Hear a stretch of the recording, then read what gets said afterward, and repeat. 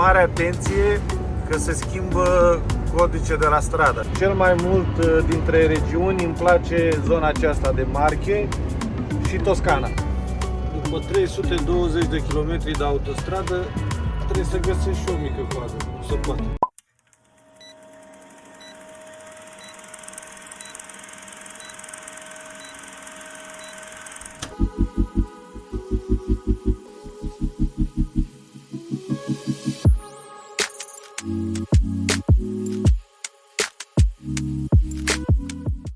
Da, bună dimineața, dragilor! Este ora 5 fără 10 dimineața și noi plecăm la muncă. Mergem la Ancona, avem 362 de kilometri de făcut doar pe dus.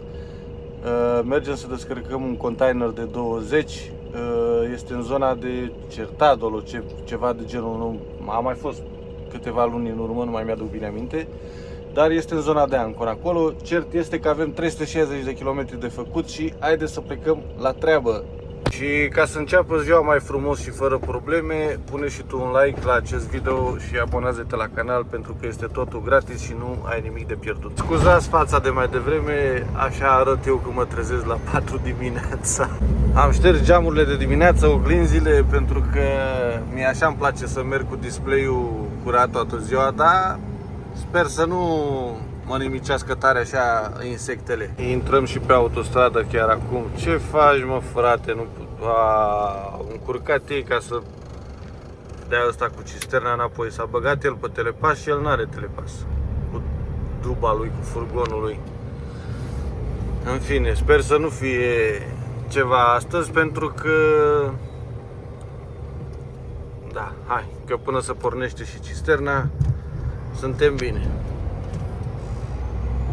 Am intrat și deja la 5:20, ia uitați-vă, deja camioanele, autostrada plină. Nu vreau să-mi imaginez ce este peste o oră, chiar două, pe la 7, când apar toate turismele care merg la mare, că doar e sezonul. Sper să ajung în 4 ore jumătate, să nu am nevoie de pauză de 45 de minute. Ați văzut 362 de kilometri. Sunt cam la limit, așa să ajung dintr-o bucată cu 4 ore jumătate de condus.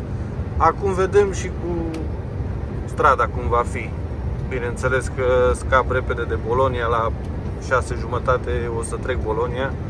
Aia este cea mai aglomerată din calea mea, dar și pe parcurs se poate întâmpla multe. Un incident, nu știu, lucrări, se fac coloane, depinde. Sperăm să reușesc. Dacă nu, asta e, fac și o pauză de 45 și îmi continui strada din nou. Între timp s-a făcut 6 și jumătate și am ajuns și la Bologna. Aproape că am trecut-o deja, sunt salvat, nu e nicio problemă, nicio coadă, nicio aglomerație. Este și ora care este. Și vreau să vă spun așa, care nu știți, care nu aveți treabă cu Italia, poate ajungeți prin vacanțe, călătoriți, nu știu, sau doar tranzitați Italia, sau veniți în vacanță Italia, sau care sunteți șoferi și nu aveți curse regulate tot timpul către Italia și nu sunteți la zi cu legile și cu codul străzii, cu codul rutier. Mare atenție că se schimbă codice de la stradă, adică codul rutier se schimbă aici, în Italia urmează să se schimbe. Sunt legi propuse, sunt deja puse în Camera Ministrilor. Acum vedem dacă vor să fie și aprobate. Mai exact, sunt câteva criterii care țin de alcool,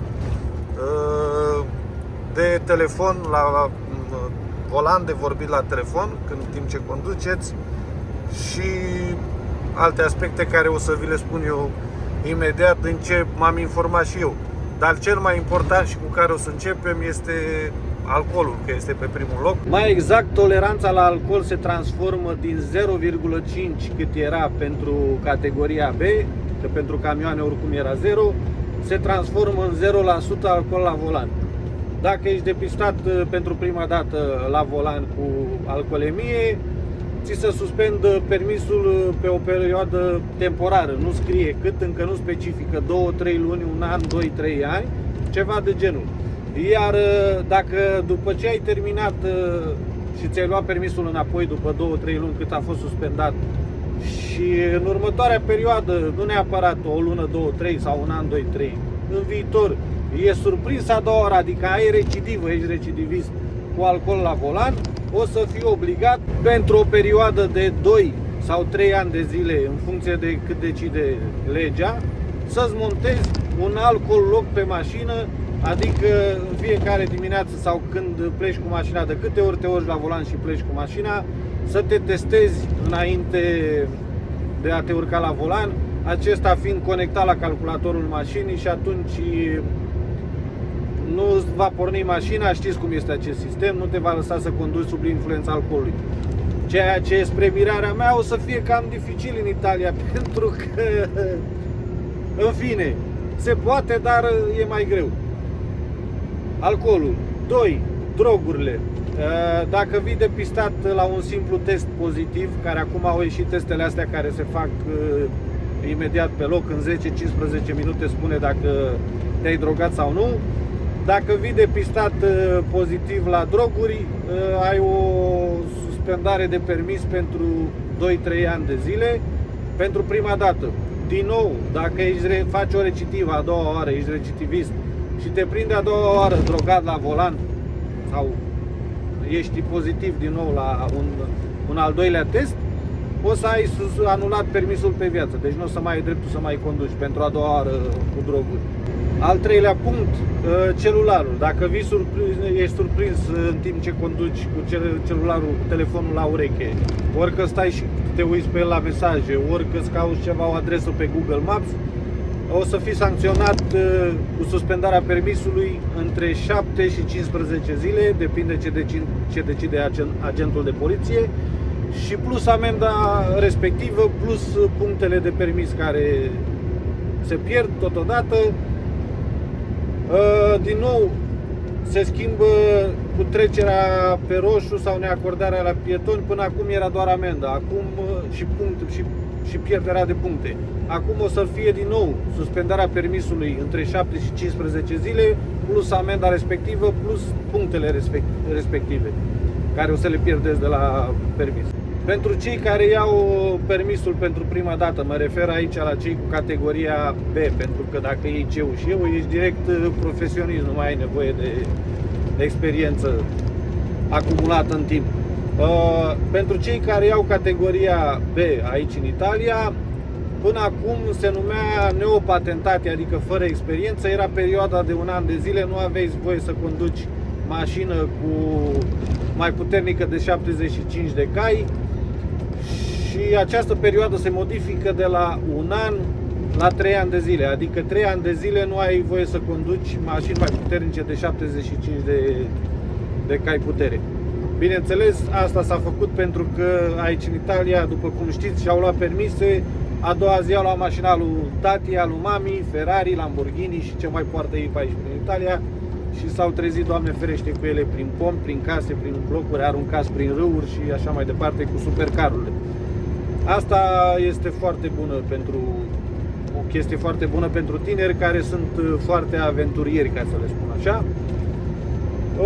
După care mai urmează monopatine, adică trotinetele electrice, o să fie obligate să poarte targa, adică număr de matriculare, să se monteze frece, adică semnalizări stânga-dreapta și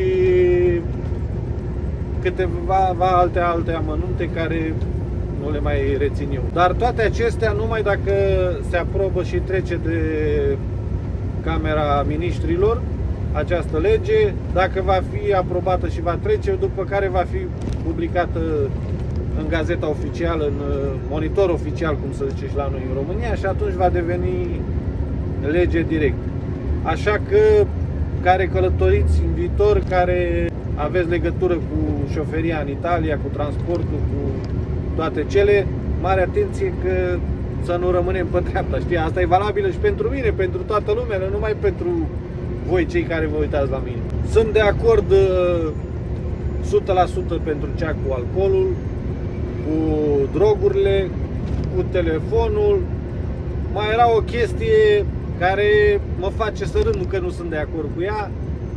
De exemplu, te obligă când depășești un biciclist să nu-l depășești la o distanță mai mică de 1,5 m. Asta mă face să râd un pic, pentru că în Italia sunt străzi care nu au lățime mai mare de 2 metri, ca să zic așa, și atunci unde să te duci să-l depășești tu pe biciclist la o distanță mai mare de, trebuie să te arunci după stradă. Bine, asta era ca o chestie așa. În fine, măsurile eu zic că sunt drastice, dar sunt bune pe viitor pentru trafic, pentru că aici, față de, nu știu, de România, să compar așa să zic, se cam umblă, înțelegeți voi, așa, se cam umblă și cam așa, în general și la camioane, nu zic că nu, că am văzut, cu ochii mei am văzut, care în parcare a luat un gât, două și a plecat mai departe, dar mai ales la turisme, aici toată lumea bea o bere, două, trei, pleacă acasă, ceea ce nu este normal. Eu sunt total de acord cu această lege, sperăm că, din punctul meu de vedere, sper să se aprobe, așa că trebuie să avem grijă pe viitor. Indicat ar fi și când mergeți în mașina mică, ori că v-ați setat pe telefon, ori pe GPS, v-ați setat adresa unde trebuie să ajungeți respectiv, a setat-o, l-a spus în suport și indicat ar fi să nu mai umblați la el, îl lăsați acolo și vă continuați strada liniștiți. Sau dacă aveți de vorbit la telefon, folosiți Bluetooth dacă aveți pe mașină, dacă nu măcar o pereche de căști, și sunteți mai în siguranță și vă rămâne și permisul în buzunar totodată. Am vorbit de mi s-a uscat și gura și gâtul și zici că sunt televizori. Este ora 8 fără 20, mai avem 136 de kilometri și am condus 2 ore și 44 până în momentul de față. Astăzi am o zi cam liberă, adică liberă, m-am exprimat greșit, liberă, mai lejeră, mult mai lejeră, adică am plecat de acasă, merg 360 de kilometri, descarc acolo, v-am mai spus că am mai fost la descărcarea asta, cred că durează undeva la jumătate de oră, termin descărcarea, fac o pauză și mă întorc înapoi acasă cu 4 ore și jumătate, depinde cât, dacă mă încadrez, depinde de trafic. Și cam asta este ziua. Că mai mult de atât n-am ce să fac. Mi-am terminat orele de volan, am descărcat, pentru că acest container, zic că mă întorc direct acasă, pentru că acest container, după ce îl voi descărca, o să trebuiască să meargă gol într-un terminal la Santo Stefano, lângă Speția, la Rebora. Dar asta mâine dimineață, bineînțeles. Problema este în această perioadă mai mare și mai mare cu căldurile, nu cu munca, pentru că este o săptămână în care avem temperaturi numai la 38-40 de grade. Este ora 7:42 și sunt 29 de grade deja afară. Nu știu cum o să trecem peste această săptămână, se anunță că vine caldo africano, bla bla bla, dar oricum este foarte cald.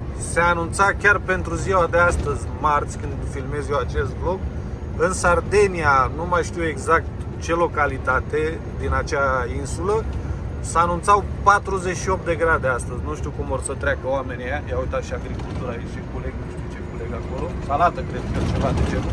Da, salată. Nu știu cum or să treacă oamenii ăia astăzi peste acele temperaturi, dar și pentru noi se anunță foarte, foarte cald, temperaturi de 38-40 de grade până la sfârșitul săptămânii, cam până la sfârșitul lunii iulie or să fie temperaturile astea de foc. Dar mulțumim lui Dumnezeu că avem aceste camioane care bag aer condiționat cum trebuie și putem să ne facem munca. Că altfel nu știu ce ne-am face să stai 12-13 ore într-o cabină de asta fără aer condiționat, să mergi cu geamurile jos, vâjială, curent, te-ar sparge, te-ar înnebuni, ar fi un calvar, vă dați seama. Și cu tot aerul condiționat care îl face camionul ăsta, ieri eram la port acolo, așteptam să-mi aducă containerul să mi-l pună pe șasiu și mi-arăta 42 de grade, aveam pornit aerul la 3, la treapta 3 și parcă tot nu făcea față în cabină, era un soare și o căldură, nu știu, și o umezeală în atmosferă, așa, o umiditate sufocantă era. Dar în fine, știți cum e omul, vara e prea cald, iarna e prea rece, nu suntem mulțumiți niciodată. Trecem noi și peste asta.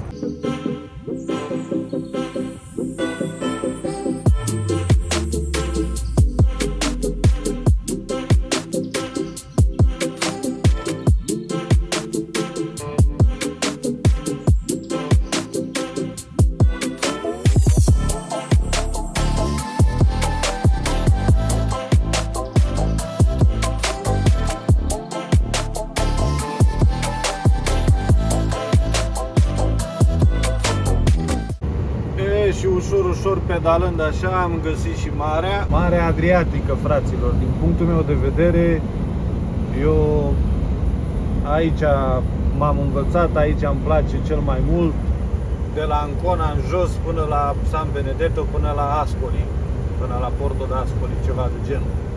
Asta, din punctul meu de vedere, poate sunt, nu zic că nu sunt locuri mai frumoase la mare în Italia, dar eu aici m-am îndrăgostit de aceste lucruri. Și ca precizare, cel mai mult dintre regiuni îmi place zona aceasta de Marche și Toscana.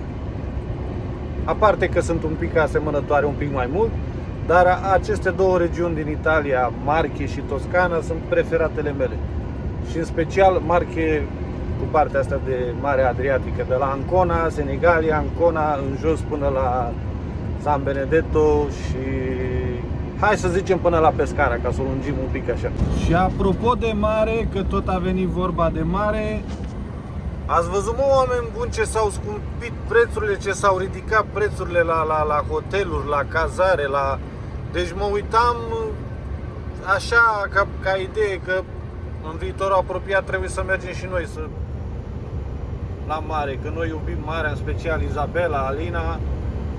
Sub 200 de euro o cameră decentă nu mai găsești. Poate voi care ați bucuit, eu știu, mai din timp de anul trecut sau 4-5 luni în urmă, ați găsit ceva mai bun. Dar acum, în momentul de față, sub 200 de euro nu găsești o cameră bună, ceva care să arate și bine și convenabil la preț. De la 200 de euro în sus e, nu știu, anul ăsta e ceva de speriat. Dar știți cum e, prețuri mari, vrei nu vrei, trebuie să plătești, să te duci să-ți mai faci și poftele, că trebuie să mai trăim și viața, nu numai după munci și muncă, trebuie să mai relaxăm și corpul, că altfel nu dăm înainte, zic eu, că la un moment dat nu mai dai randament dacă o e ca ăla. Munciți, frate, muncim pe naiba.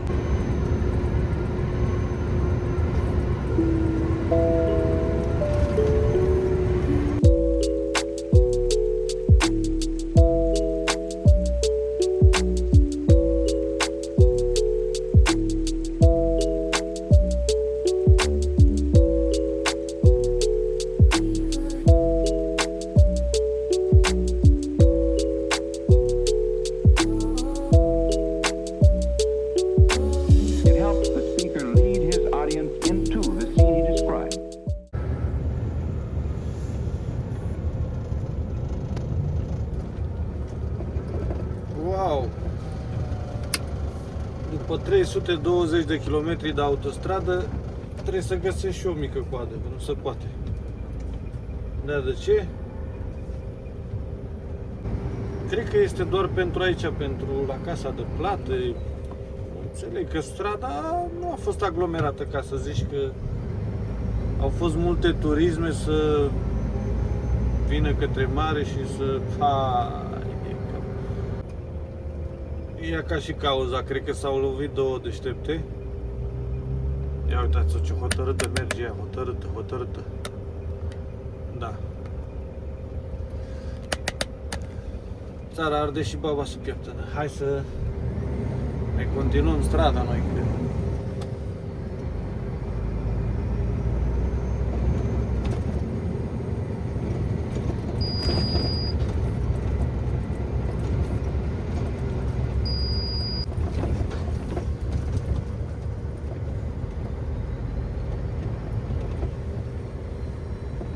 Îmi place senzația asta de bozărime, stânga, dreapta, ia uite, nu se mai văd parapeți.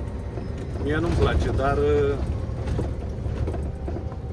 cam așa este zona asta, în general, când cobori în jos încolo, până în Puglia, până la Taranto, până la fundul lumii, până la fundul pământului, așa este. Tra 300 metri, alla rotonda prendi la seconda uscita e prendi strada statale 16 Adriatica. Pe dreapta Bozi, giratoarele pline de Bozi.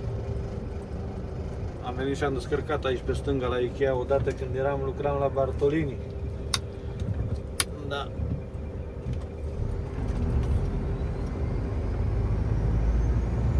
Esci dalla rotonda e prendi strada statale 16 Adriatica.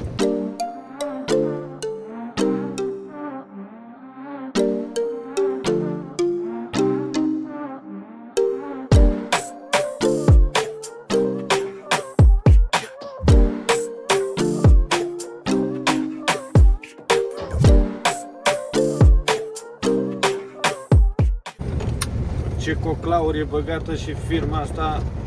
În sfârșit am ajuns, mai am 450 de metri. E la unde se termină pământul, la Cuca Măcăi. Svolta a sinistra e prendi via Vigini. Poi la tua destinazione si troverà sulla sinistra. Da. Facem stânga aici pe strada asta. Și mai în față pe stânga ar trebui să fie și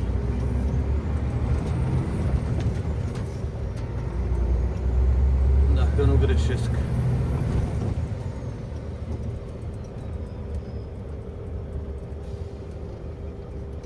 Unde? A, mai în față, mai în față, mai în față, mai în față. Nu te opri, George, nu te opri că... Mamă, în ce stradă. Nebunești. La tua destinazione si trova sulla sinistra. Hai că i-am găsit. Deci, în sfârșit m-am pus la rampă. Aici la oamenii ăștia în curte. Mamă, dar deci e un miros. Pur și simplu nici nu poți să stai. Nu știu ce produc aici, ce nu produc. Ceva, cred că, nu știu, se vede după cisternele alea. Cine știe la ce le folosesc, ce lichide, ce chimicale sunt alea. Dar pute, cum să spun, rău, insuportabil. Gata, am scăpat și de miros și de descărcare. Ieșim afară și pentru orice eventualitate chemăm dispatcherul să vedem dacă nu cumva poate a ieșit vreun recupero, vreo reîncărcare pentru containerul ăsta. De obicei nu iese când scrie că merge gol înapoi, dar nu se știe, mai bine să chemăm să nu avem discuții după. Am sunat. Dăm 2 minute și te sună înapoi. O are mirare să nu să sucească situația. Da, tocmai ce m-a sunat, îl reîncărcăm la Bologna. Acum îmi trimite pe mail să-mi stampez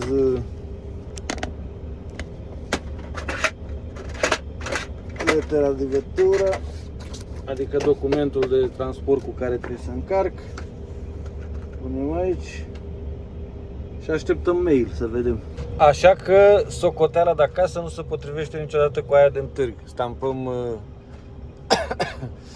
letera imediat și mergem la Bologna, la Mordano. N-am auzit niciodată de localitatea asta, sau am fost, dar nu mi-o reamintesc, să încărcăm ceramică.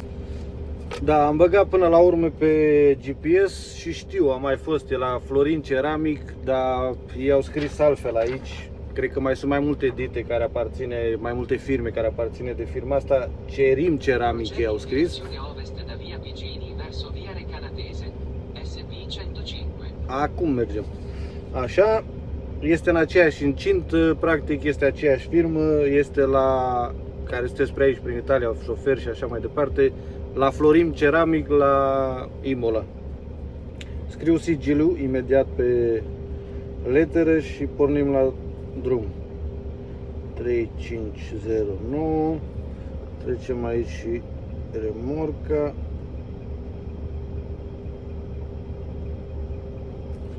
Ok. Și mai îmi trebuie tara de container. Trebuie să mă dau jos. Gata, 2250. 2250. Tara, adică greutatea lui gol. Bun, astea fiind scrise aici, punem sigiliul deoparte și avem 198 de kilometri până la încărcarea asta de ceramică.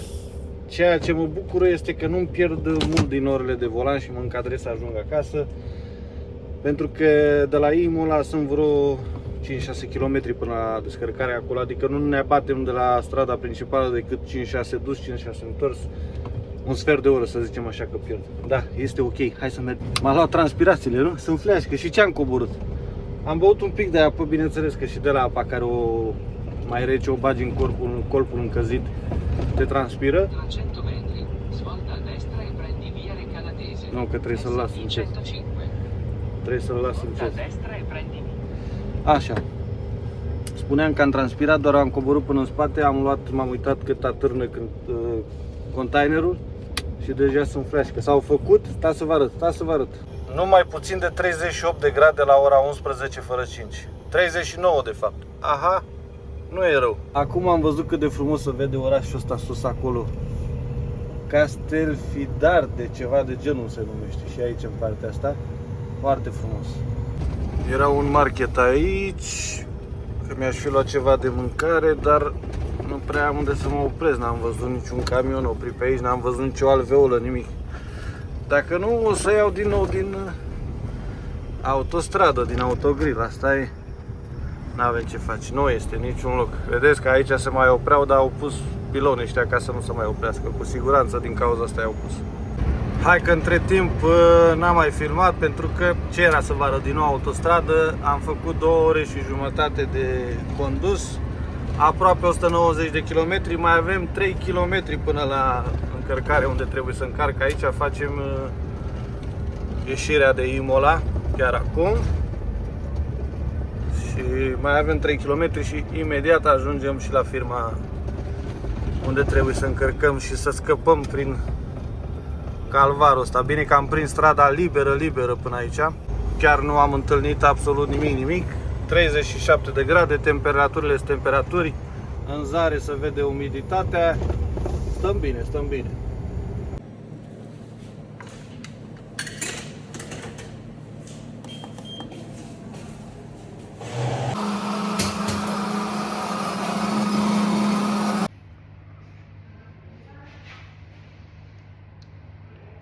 Prima cafea de azi dimineață.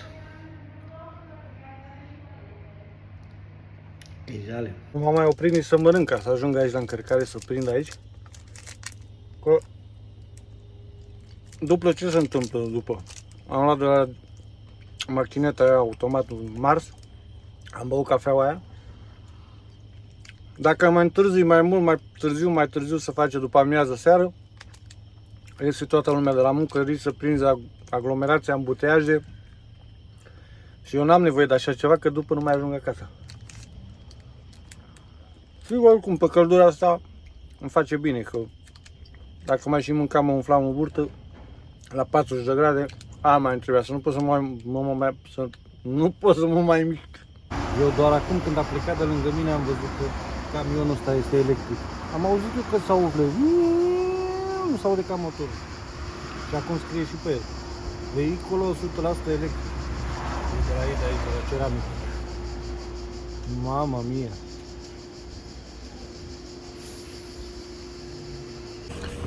Imediat mergem la rampă să vedem la care rampă ne pune să ne încarce cu...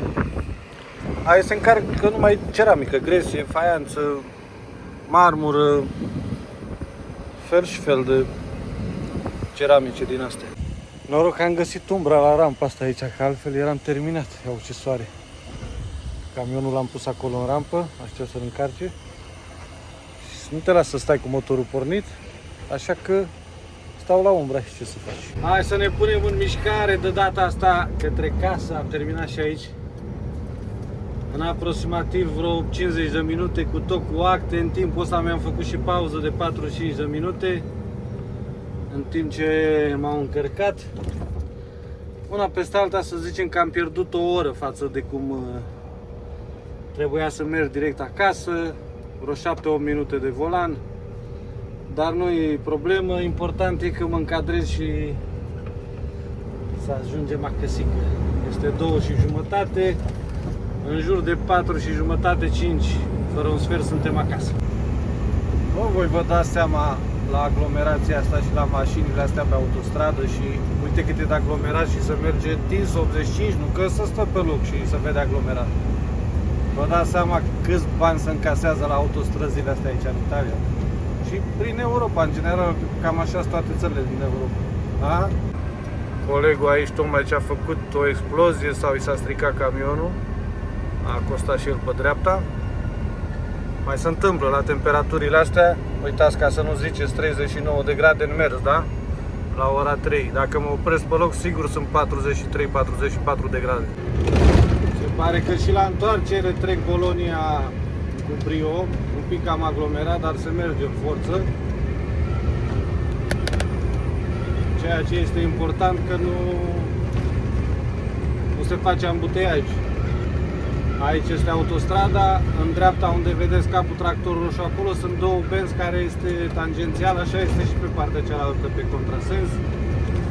3 benzi pe sens pe autostradă, 2 pe tangențială. Pe tangențială mergi fără plată, aici pe autostradă ești cu plată.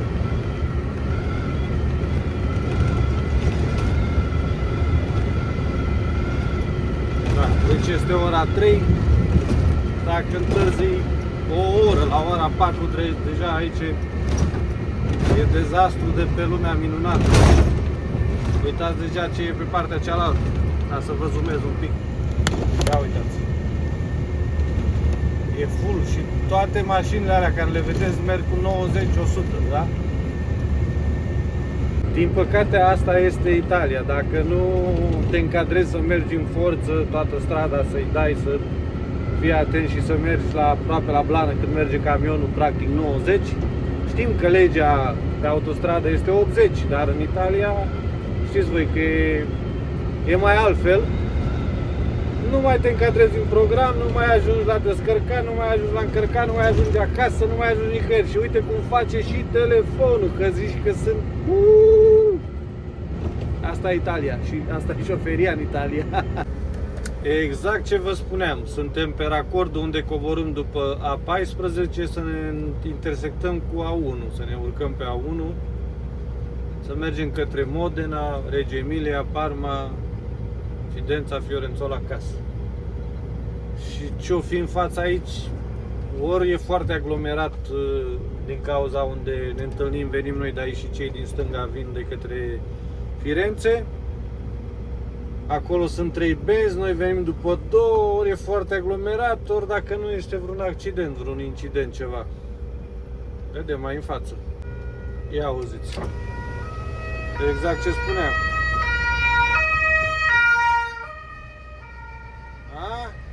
Incident, accident ceva. Mai mult ca sigur. Aici era ceva, nu știu ce să... e o mașină defectă, doar nu accident. Doar că s-a defectat aici și au venit să... Așa fac, aici stă în față, în spate, te protejează când ești defect, când ai probleme. Da, pentru asta a fost. Și bineînțeles aglomerația, că se venea și din stânga și din dreapta. Și mai încep și aici a sărit bucăți de cauciuc, dacă vedeți jos pe asfalt. Cred că de la colegul care este băgat în SOS. Imediat îl ajungem.